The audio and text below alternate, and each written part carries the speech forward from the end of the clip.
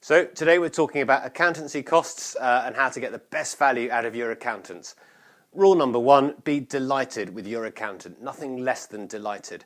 If you're not entirely delighted with your accountant, you should be looking elsewhere. There are some great accountants out there, and make sure you've got one of them.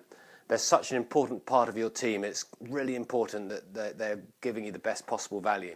So 9 tips, kind of like a checklist. You will know some of these, but if you don't, there's kind of 1 or 2 good takeaways hopefully for you.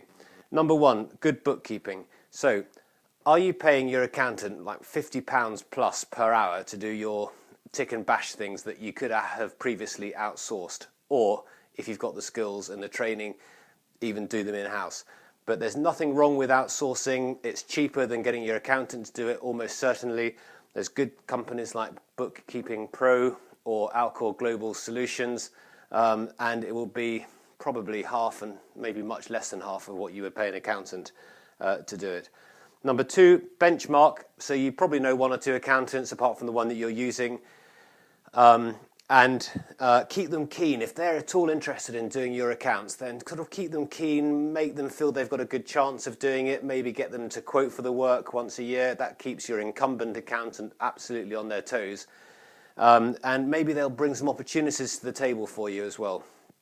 Number 3, go for fixed fee. Always quote beforehand for your annual accounting fee.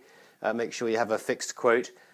Beware of overruns. Quite often accountants will, this has happened to me a couple of times, they quote you, they say £4,500 for something, comes in at £6,500 of their cost, and they look to split the difference. But if you let them politely know from the outset that what they quote you is a fixed fee, and unless they go off spec, because you require them to, then it should stick to that original fee that you've agreed.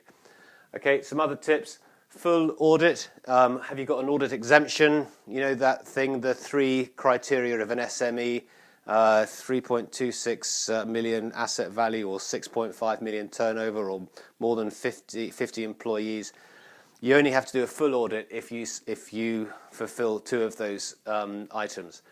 If not, you get an audit exemption. You don't have to go for the full big audit.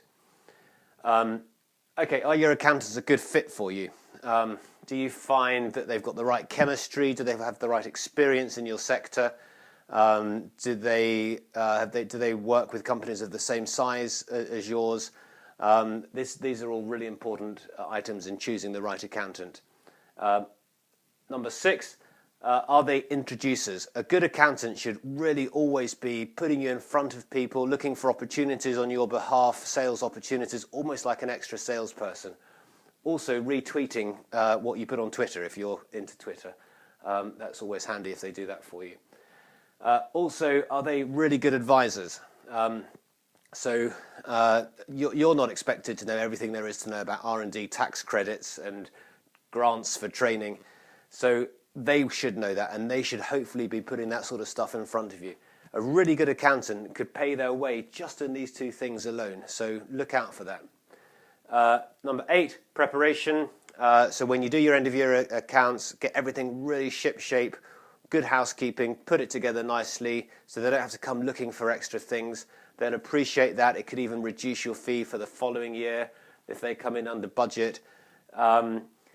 And if you're going to have meetings with them, I'm always like having meetings on the phone rather than having them come to your office or you go to their office. There's always extra expense in doing that. If there's 3 people needing to join the meeting from different locations, there's nothing wrong with using Skype. It's just an easy bit of technology, and it can overcome a 2 or 3 hour interruption in your day if you can do that all together at once on Skype. And my last point is there's a new industry emerging with cloud-based accounting packages, really excellent packages like Xero or Cashflow. I use one for one of my businesses. They can get them for free actually, but sometimes they're about £20 a month. I think I pay £18 plus VAT per month for my one. And it's very instinctive, intuitive, easy to use. But preferably if you've got less than £1 million turnover. I think that's my feeling is that's where they're aimed at. But there's also a breed of accountants emerging who will hold your hand through the year. So instead of paying £20, you can actually pay more like £70 or maybe £100. and they will hold your hand throughout the year for you and make sure you keep everything up to date, make sure you keep everything posted nicely and reconciled. And then at the end of year, when you do your accounts, they actually won't charge any extra. So £100 a month, imagine that. So that's £1,200 for the year. And there's no extra fee for your end of year accounts. So there's in the article you'll see a couple of companies I recommend who can do this. You don't get that £1,000 sting in the tail at the end of the year for your end of year accounts, and you get up to date, accurate management reports throughout the year, which frankly is quite unusual for a company under £1 million turnover. So there we are, my 9 points. Thank you.